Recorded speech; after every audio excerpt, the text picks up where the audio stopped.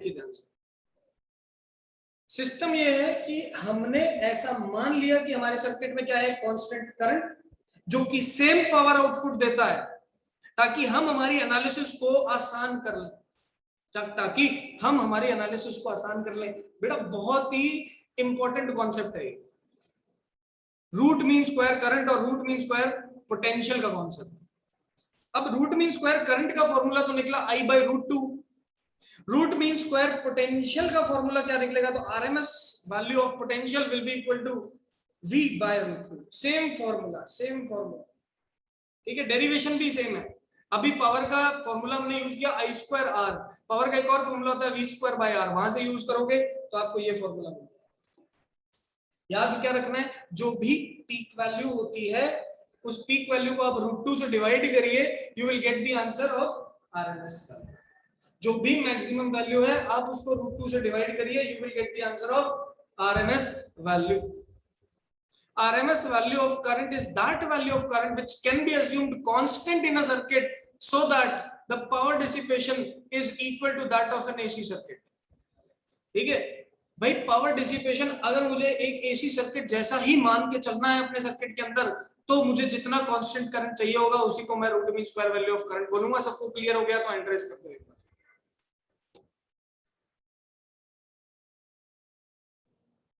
फटाफट। Root two की value होती है 1.414, रूट टू की वैल्यू होती है 1.414 एंड 1 बाय रूट टू की value calculation point of view से बता रहा हूं, it is 0.707। Examination point of view से आप डायरेक्टली याद रखें ताकि एग्जाम में कैलकुलेशन करने की दिक्कत ही ना आए। आपको पता है 1 बाय रूट टू की वैल्यू क्या है, 0.707, तो आरएमएस जो हो गया उसकी वैल्यू क्या होगी, 0.707 टाइम्स ऑफ। मतलब आपको कुछ नहीं करना, जो भी करंट है उसको किससे मल्टीप्लाई कर देना है, 0.707 से, तो आपको रूट मीन स्क्वायर वैल्यू निकल के आती है कैलकुलेशन की पॉइंट ऑफ व्यू से। आप रूट टू से डिवाइड करके भी कर सकते हो, लेकिन क्यों करना है जब अपन डायरेक्टली याद रख सकते हैं इस चीज को। ठीक है, एग्जामिनेशन में आपका कैलकुलेशन को बचाने के लिए मैं ये चीज बता रहा हूं।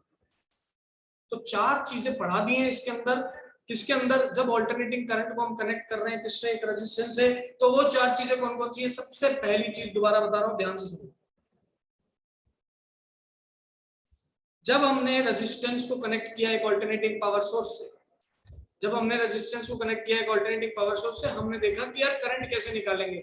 तो हमने पढ़ा था थर्ड चैप्टर में ओम्स लॉ, जो कि क्या कहता है, V इक्वल टू IR। क्या कहता है, V इक्वल टू IR। वहां से अपन ने करंट की वैल्यू निकाली, करंट आया मेरे पास V बाय R, करंट आया मेरे पास V बाय R।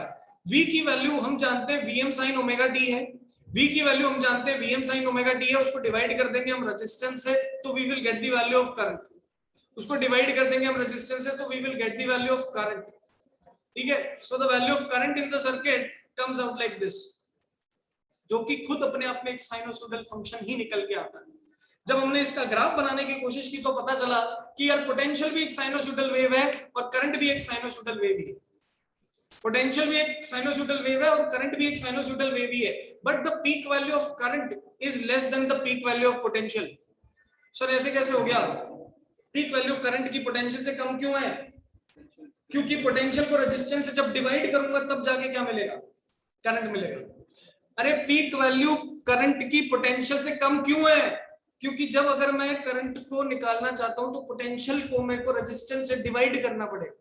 अब मैं जब डिवाइड करूंगा तो पीक वैल्यू कम हो जाएगी, और जब दोनों को कंबाइन ग्राफ बनाऊंगा तो कंबाइन ग्राफ में आपको दिख रहा है that the peak value of current is less than the peak value of potential.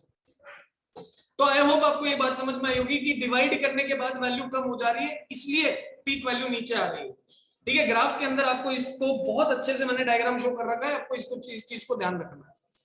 Secondly मेरे पास आता है power dissipation in the circuit.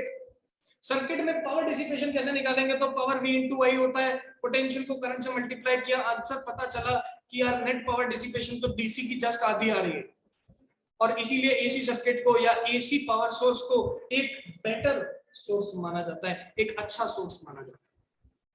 ठीक है, एक बेटर सोर्स माना जाता है, ये चीज अपन को समझ में आई। ठीक है, एवरेज पावर ओवर ए कंप्लीट साइकिल मेरे पास क्या निकल के आई, जो डीसी के अंदर थी जस्ट उसकी आधी निकल के आई, जो डीसी के अंदर थी जस्ट उसकी आधी निकल के आ रही, कोई दिक्कत वाली बात नहीं। नेक्स्ट आता है मेरे पास इसके अंदर ही इसका phasor diagram. So what do you mean by the phasor diagram? Phasor diagram का मतलब क्या होता है? जो मुझे इसके बारे में बताएगा कि पोटेंशियल और करंट में कौन आगे है कौन पीछे। 20 कौन आगे कौन पीछे, किसकी पोजीशन एंगल्स के फॉर्म में आगे है, कौन एंगुलर फेज को लीड करता है, कौन एंगुलर फेज को लैग करता है, इसके बारे में आइडिया मुझे कौन बताता है? फेजर डायग्राम बताता है। कोई भी दिक्कत वाली बात नहीं है, फेजर डायग्राम हमें यहां से समझ में आता है, कोई दिक्कत नहीं है। चलिए सीधी सिंपल सी बात। अब जो पोटेंशियल है जो करंट है, ठीक है, जो पोटेंशियल है और जो करंट है वो सेम फेज में यहां पर दिखते हैं। दैट मींस जैसे जैसे पोटेंशियल बढ़ रहा है वैसे वैसे करंट भी बढ़ रहा है, दोनों की वैल्यू साथ साथ इंक्रीज हो रही है, साथ साथ डिक्रीज हो रही है और सेम टाइम पे जीरो हो रही है। ठीक है, you can see this from this particular graph जो मैंने यहाँ पर बना रखा है, पिछली क्लास में बनाया था, और उसी के कॉरेस्पॉन्डिंग मैंने इसका क्या बना दिया है सर। ये phasor diagram examination point of view से बहुत ज्यादा इंपॉर्टेंट है, क्योंकि फेजर डायग्राम पे डायरेक्ट ऑब्जेक्टिव सवाल आता है। कैसे आता है मैंने आपको समझा दिया। आपको 4 डायग्राम दे दिए, पूछिए रेजिस्टर का फेजर डायग्राम बताओ कौन सा होगा, तो आपको करेक्ट ऑप्शन उसमें से टिक करना होगा। ठीक है, बहुत बेहतरीन चीज है, बहुत अच्छी चीज है, याद रखना है इस चीज को। अटेंडेंस इस क्लास की नहीं होगी, पिछली क्लास की जो अटेंडेंस थी वही इसमें एक्टिव रहेगी। चलिए कोई लिंक मत मांगना क्योंकि मेरे पास नहीं है, बंद कर चुका हूं मैं। चलिए, तो power loss DC circuit AC circuit के बारे में बात कर चुके हैं और root mean square value of current and potential की बात अपन कर चुके हैं। किसी को कोई भी डाउट है यहां तक तो हैंड रेज कर दो, अदरवाइज अपन इसी के अंदर अब कुछ क्वेश्चंस करें फटाफट फटाफट। If there is any doubt regarding any topic in the resistive purely resistive circuit then you can ask. देखिए बच्चों को क्वेश्चन में सबसे ज्यादा जो दिक्कत होती है वो कहां होती है? वो होती है कि सर क्वेश्चन में समझ नहीं आता कि पीक वैल्यू दे रखा है या आरएमएस वैल्यू दे रखा है। हमने अभी देखा कि करंट के या तो एक मैक्सिमम वैल्यू होती है, लेकिन अगर करंट को कांस्टेंट अज्यूम कर लिया जाए तो आरएमएस वैल्यू होती है। अब क्वेश्चन के अंदर हमें आरएमएस वैल्यू दे रखी है कि पीक वैल्यू दे रखी है, इसको कैसे पता लगाया जाएगा? सबसे ज्यादा दिक्कत बच्चों को ये चीज पहचानने में होती है। तो इसको कैसे पहचाना जाएगा, कैसे हम इसके बारे में पता लगा सकते हैं? देखिए अगर क्वेश्चन के अंदर कुछ मेंशन नहीं है, if nothing is mentioned in the question, then जो भी वैल्यू ऑफ करंट है वो आरएमएस है। मैं आपको बता रहा हूं, जो भी वैल्यू ऑफ करंट अगर क्वेश्चन के अंदर कुछ मेंशन नहीं है, ये पीक वैल्यू है या आरएमएस वैल्यू, कुछ नहीं पता, तो आपको क्या मान लेना है कि वो वैल्यू क्या है? आरएमएस है। आंख बंद करके आरएमएस मान के सॉल्व करना है सवाल को, आंसर सही आएगा। लेकिन अगर उसने पीक वैल्यू दे रखी है ना, मैक्सिमम वैल्यू उसने अगर दे रखी है, तो वो आपको बताएगा कि ये मैक्सिमम वैल्यू है। अगर उसने कुछ नहीं बोल रखा और बोल रखा है सर्किट में करंट है 2 एम्पियर, सिर्फ इतना बता रखा है, तो ये 2 एम्पियर क्या है? आरएमएस। क्योंकि उसने कुछ नहीं बोला, उसने सिर्फ करंट के बारे में बोला, करंट इज 2 एम्पियर। अब ये मैक्सिमम है कि आरएमएस है? आरएमएस ही है, क्योंकि उसने कुछ नहीं बताया। लेकिन अगर वो बोलते कि ये करंट मैक्सिमम है तो ये आईएम की वैल्यू है। समझ में आ रही है बात? ठीक है, if nothing is mentioned in the question assume the values to be RMS, root mean square values. फटाफट बताओ सबको बात चमकी कि नहीं चमकी है? और नो?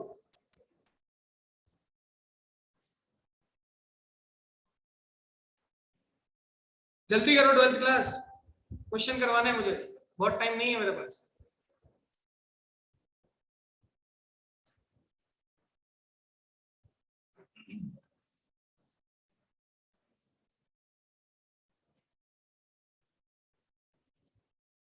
चलिए let us do one question about it. ध्यान से देखना, क्वेश्चन को ध्यान से समझना। क्वेश्चन इज ए रजिस्टर, ध्यान से सुनो, ए register of 100 ohm is connected to a 220 volts 50 hertz power supply।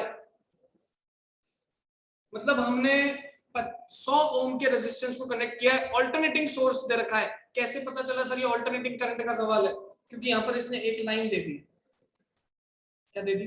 50 hertz. Alternating current की खास बात यह है कि यहां पर polarity of the terminals reverse होते हैं, कुछ देर तक पॉजिटिव नेगेटिव, कुछ देर बाद उल्टे। मतलब करंट एक बार क्लॉकवाइज चल रहा है तो ठीक कुछ देर बाद क्या करेगा, एंटी क्लॉकवाइज, फिर कुछ देर बाद क्या करेगा, क्लॉकवाइज, फिर एंटी क्लॉकवाइज, एंड करंट अपनी पोलैरिटी को बदलता रहता बार। तो ये पता कैसे चलेगा, पोलैरिटी बदलेगा तो कुछ ना कुछ फ्रीक्वेंसी रहेगी। जब भी क्वेश्चन के अंदर फ्रीक्वेंसी प्रोवाइड कर दी जाए, दैट मींस द सवाल किसका है, ये सवाल है ऑल्टरनेटिंग करंट।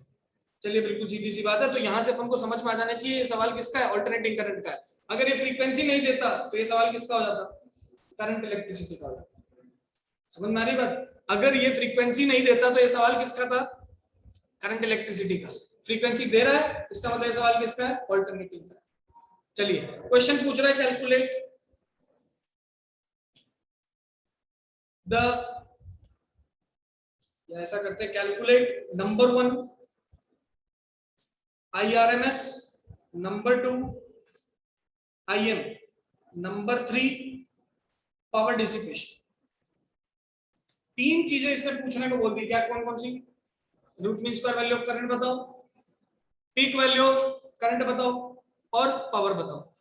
फॉर्मूले सबके ऊपर देख चुका हूं मैं, अब मैं लाइन बाय लाइन इसको सॉल्व करना शुरू करूंगा।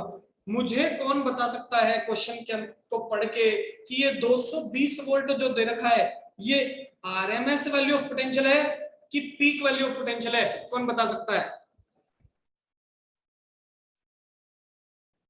अभी थोड़ी देर पहले ही बताया मैंने, सोच के बताओ, ये 220 वोल्ट जो है ये आरएमएस वैल्यू ऑफ पोटेंशियल है कि पीक वैल्यू है? आरएमएस है। क्यों है आरएमएस?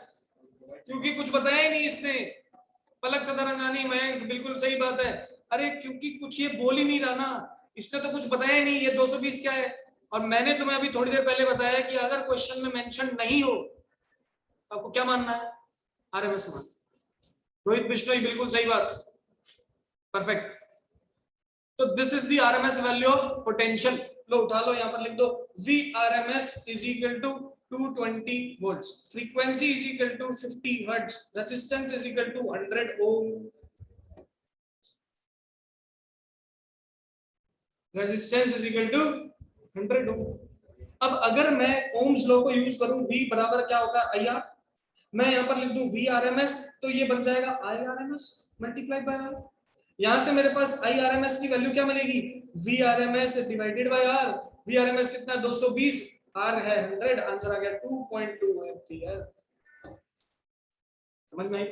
अब ये निकालना तो मुश्किल बात थी नहीं ना, V is equal to IR तो 10th क्लास में पढ़ के आए, V is equal to IR तो 10th क्लास में पढ़ के आए हो, कुछ है ही नहीं रॉकेट साइंस इसमें। तो समझने वाली बात है कि आपने क्वेश्चन को कैसे इंटरप्रेट किया है। क्वेश्चन को अगर समझ नहीं पाए तो ये सवाल नहीं आएगा। चलिए अब root mean square value of current तो मेरे पास निकल के आ गया, root mean square value of current निकल गया, तो पीक वैल्यू कैसे निकलेगा, उसका फॉर्मूला अभी कुछ देर पहले ही बताया कि peak value divide by root 2 बराबर किसके, आरएमएस के। अब आरएमएस कितना है, आरएमएस कितना है 2.2, इसको मल्टीप्लाई किससे कर देंगे, रूट 2 से, जो कि हो जाएगा वो 1 अपॉन होता है, तो 2.2 इंटू 1.414 सॉल्व करेंगे, यहां से क्या निकल आएगा, पीक वैल्यू ऑफ करंट निकल आएगा। ठीक है, बिल्कुल सही बात है मयंक, 2.2 रूट 2, बिल्कुल सही बात है, एम्पियर में आंसर आ जाएगा। तो अब देखो क्वेश्चन मुश्किल नहीं है, क्वेश्चन मुश्किल नहीं, ऐसे ही आते हैं बोर्ड में, बोर्ड में एग्जैक्ट सेम सवाल आता है, 3 नंबर में आता है। क्या मुश्किल है, कुछ मुश्किल नहीं है, आपको फंडा क्लियर होना चाहिए बस। आपको वो फंडा क्लियर होना चाहिए दिमाग के अंदर कि हाँ सर अगर मेरे को क्वेश्चन में ये वैल्यू दे रखी है तो ये रूट मीन स्क्वायर है, और अगर पीक वैल्यू होगी तो वो बताएगा। बाकी तो ओम्स लॉ तो लगाना है, 3rd चैप्टर में पढ़ते हैं। ठीक है, पावर की बात करते हैं। अभी थोड़ी देर पहले अपन ने बात की थी, ध्यान से सुनना, पावर होता है Vm इंटू IM बाय 2। बेटा Vm into IM by 2, what is Vm? Vm is peak value of potential, what is IM? peak value of current। एक सेकंड में इसको थोड़ा सा मॉडिफाई करता हूं, देखो ध्यान से, मैं इसको लिखूंगा Vm by root 2 into IM by root 2, कुछ गलत थोड़ी ना लिखा, मैंने 2 को रूट 2 में मल्टीप्लाई में डिवाइड कर दिया। अब Vm बाय रूट 2 को क्या लिख सकते हैं, VRMS, और IM बाय रूट 2 क्या लिख सकते हैं, IRMS। VRMS हमें पता है कितना, 220 है कि नहीं है, सही बात है, और IRMS कितना है 2.2, ये पॉइंट हटाइए 0 गया, 22 को 22 से मल्टीप्लाई करेंगे आंसर क्या आ जाएगा 484 watts and Parth Maru, your answer is perfect. 484 watts बिल्कुल सही आंसर. सीबीएसई बोर्ड 2018 का क्वेश्चन है. क्या है इसमें बताइए. फटाफट बताएं सबको क्लियर है कि नहीं है. फास्ट रेज आंसर देना. लिख लो इसे बेटा. ऐसे ही question.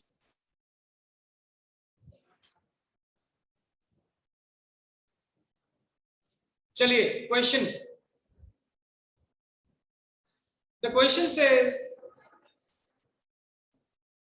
a 50 ohm resistance is connected to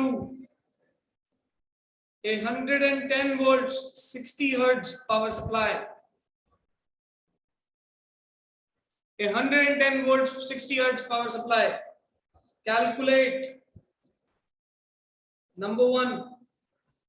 Calculate number one. RMS value of current number 2, peak value of current number 3, RMS value of potential number 4, peak value of potential number 5, power number 6, phase difference. देखो एक और चीज पूछ ली इसमें, phase difference. and number 7 ये पूछ रहा है हमसे phasor diagram. अब इससे भयंकर क्वेश्चन नहीं हो सकता. मतलब अगर रेजिस्टेंस में सवाल आएगा तो यही आएगा, इसके अलावा कुछ नहीं आ सकता. 7 पार्ट है इस क्वेश्चन के. मुझे तो 1 बाय 1 करके आप लोग चैट सेक्शन में भी बता सकते हैं या हैंड राइज करके मुझे बताओ कि क्या आंसर होगा. सबसे पहला मुझे तो बताइए what is the RMS value of potential. Root mean square value of potential बताइए कितने इस क्वेश्चन के अंदर. चैट सेक्शन में बताओ सबके लिए. 110. बिल्कुल सही है. 110 वोल्ट. तो पीक वैल्यू ऑफ पोटेंशियल क्या होगी? 110 root 2. 110 रूट 2 बिल्कुल सही है. Perfect. RMS value of current बताओ. 2.2 ampere. 2.2 ampere. It will be same. बिल्कुल perfect. And peak value 2.2 root 2. 2.2 root 2. Perfect.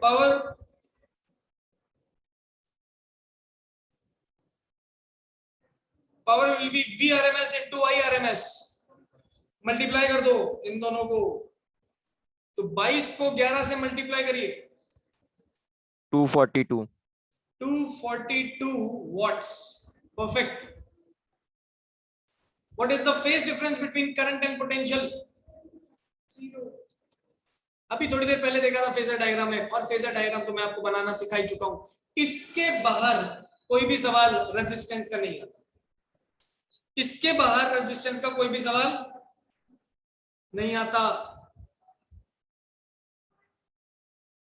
Sign करवा लो चाहे. बताइए सबको ये बात क्लियर हुई कि नहीं हुई. हैंड राइज करके बताओ सभी.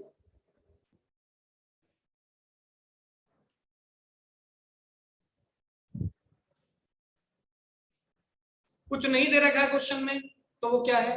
आरएमएस. अगर दे रखा होगा ना, अगर पीक वैल्यू के बारे में बोलेगा तो बताएगा. ऐसे नहीं होता. ऐसा नहीं होता कि आपको अज्यूम करना है. अज्यूम सिर्फ आरएमएस के बारे में करना है. अब हम लोग जानते हैं हमारे घरों में क्या आता है. 220 वोल्ट आता है ना. हमारे घरों में हम बोलते हैं हमारे घरों में 220 वोल्ट आ रहा है. तो क्या वो पीक वैल्यू है? क्या वो पीक वैल्यू है? क्या आपके घरों में इंजीनियर आके ये बोलता है कि आपके घर में 220 वोल्ट का पीक पोटेंशियल आ रहा है? नहीं. वो आपके घरों में आके बोलता है 220 वोल्ट पोटेंशियल आ रहा है. इसका मतलब 220 वोल्ट वो क्या है? आरएमएस. दैट मींस हमारे घरों में जो 220 वोल्ट का पोटेंशियल आ रहा है, that is the root mean square value of potential. कितने फ्रीक्वेंसी पे आ रहा है? तो 60 हर्ट्ज के फ्रीक्वेंसी पे आ रहा है.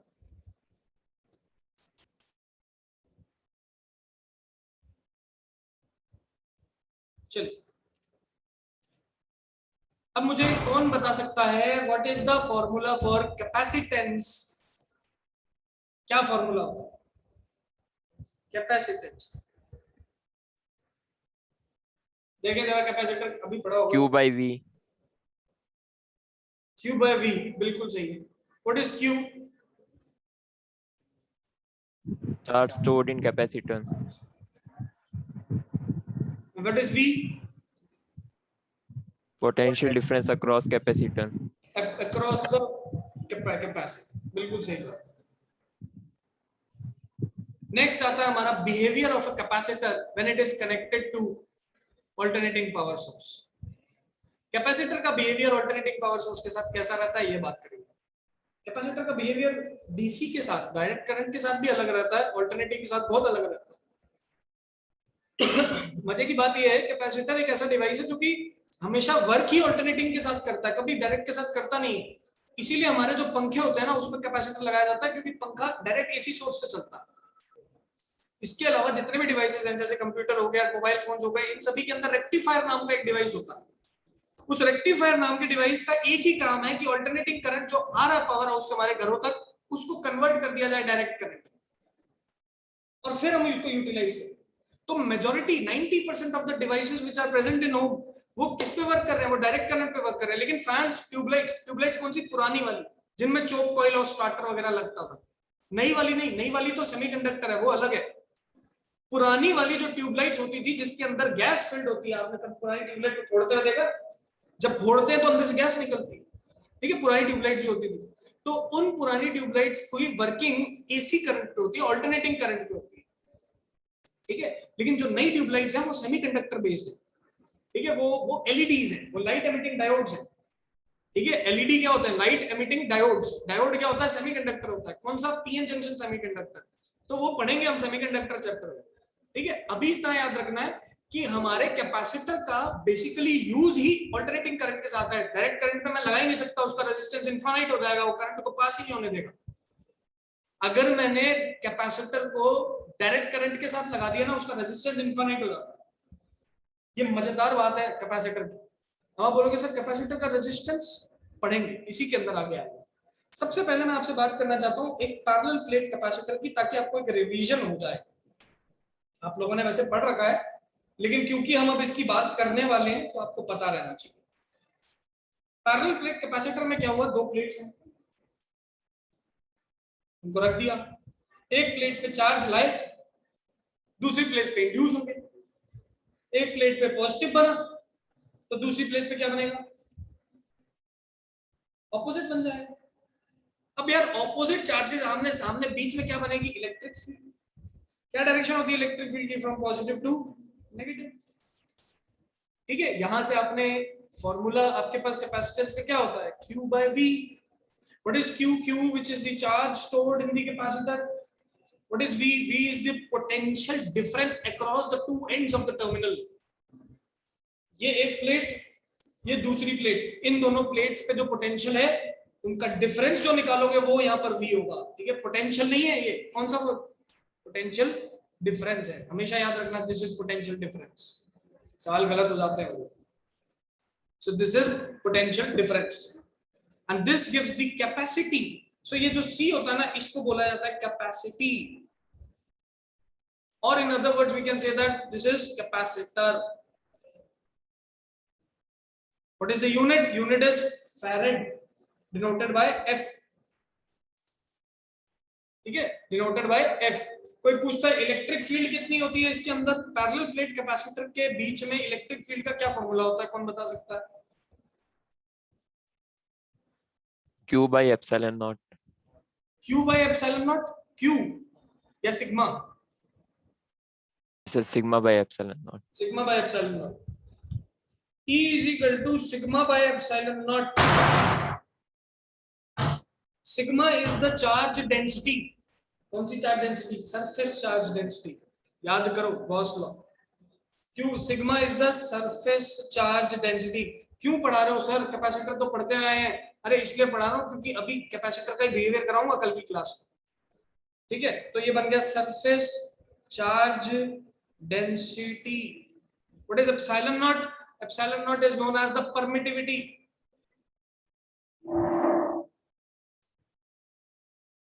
Epsilon naught is known as the permittivity. This is the formula for electric field. So electric field is equal to Q by A epsilon.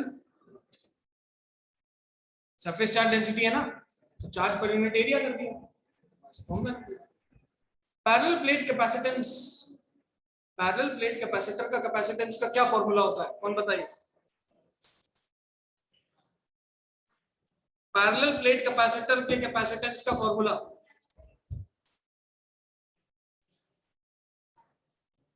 12th class students, parallel plate capacitor के capacitance का formula बताइए।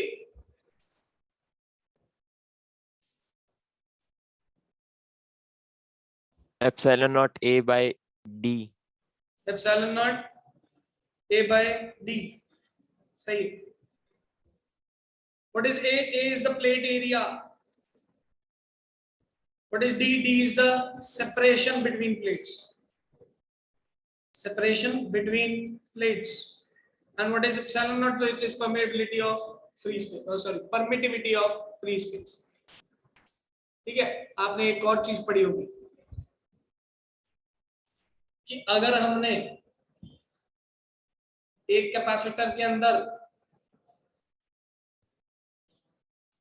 T thickness का dielectric fill कर दिया K constant के साथ, T thickness का dielectric fill कर दिया K कांस्टेंट के साथ, so what was the formula for capacitance in this particular case? इस पर्टिकुलर केस में कैपेसिटेंस का क्या फॉर्मूला बन जाता है? C initial by K। C initial by K। बेटा the formula becomes epsilon naught A by D minus T plus T by K।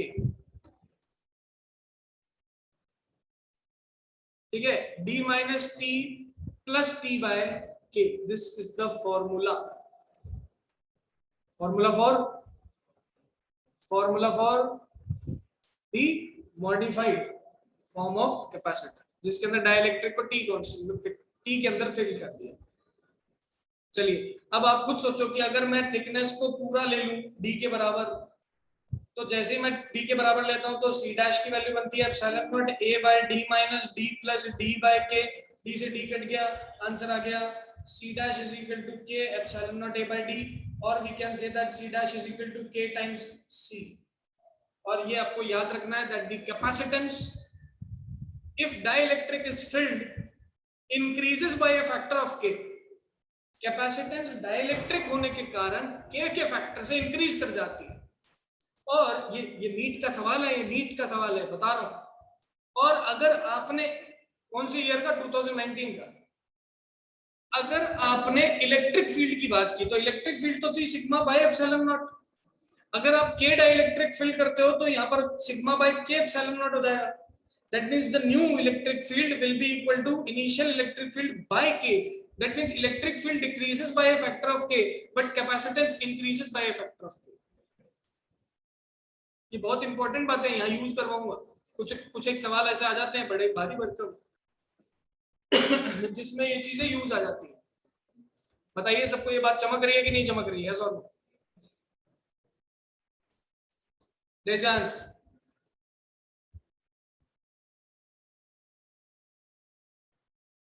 आप किसी भी इंस्टीट्यूट के मॉड्यूल खोलना, ये बहुत बेसिक सवाल है, मिल जाते हैं।